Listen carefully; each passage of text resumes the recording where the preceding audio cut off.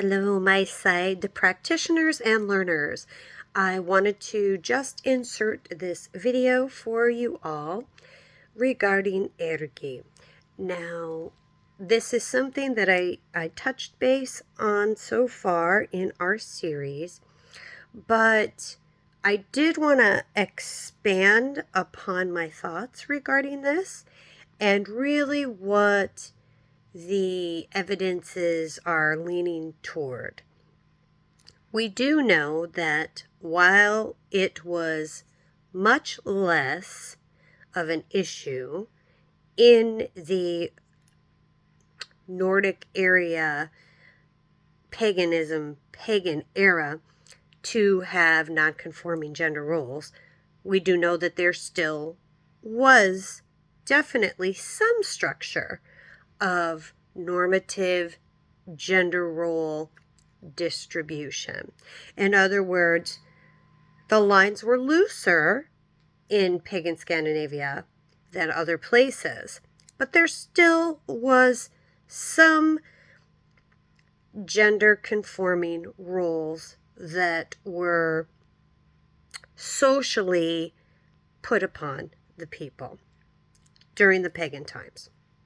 Now, that being said, there are source after source after source talking about Seiđr men and Seiđr practitioners, and even ones where it's alluded to that they are possibly living as a woman or outwardly act as a woman or have effeminate qualities to them.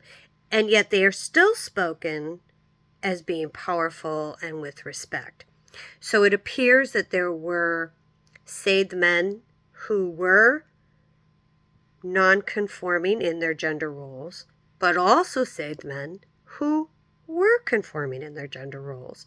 In other words, very respected, very powerful Seiđr practitioners who were male, who presented in a normative general role way, or in a heterosexual way, as well as some that didn't. None of them are spoken negatively against. They are all spoken of as being respected, being powerful, even feared. Then Christianity comes along. And so it really kind of is the inclination, and all things point that this was a way to kind of separate people from the magic.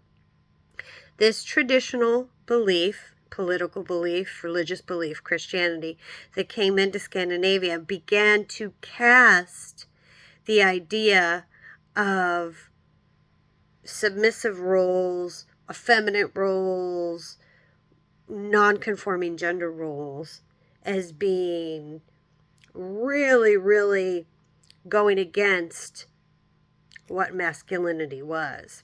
And so not just a Seiđr practitioner who was non-conforming in a gender role was ridiculed or targeted, but any man who practiced Seiđr.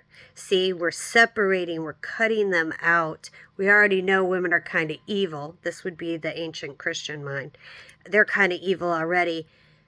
Any man who does anything like that, whether he is presenting as a heterosexual or a normative gender role, we're still going to throw him under the bus and say that he's not. We're going to attach that stigma that Christianity is bringing in with any male practitioner of Seiđr, the fjolkingi, the magic, this thing that threatens Christianity. And so many are starting to really find that while there were differences in the roles of the sexes, it really wasn't a stigma to practice Seiđr if you were a male until after Christianity came. It was through the Christian lens that perpetuated this and that started this and said that this was something that was oh, if you did that, it meant, wink, wink, nudge, nudge. And so it was a form of control and manipulation. So, that being said, it wasn't something that the pagan people of the North found offensive for a man to practice Seiđr. We just don't see evidence of that. We just don't. So, I'd like to hear your take on it, and that's just kind of a little summary of ergi and men practicing Seiđr.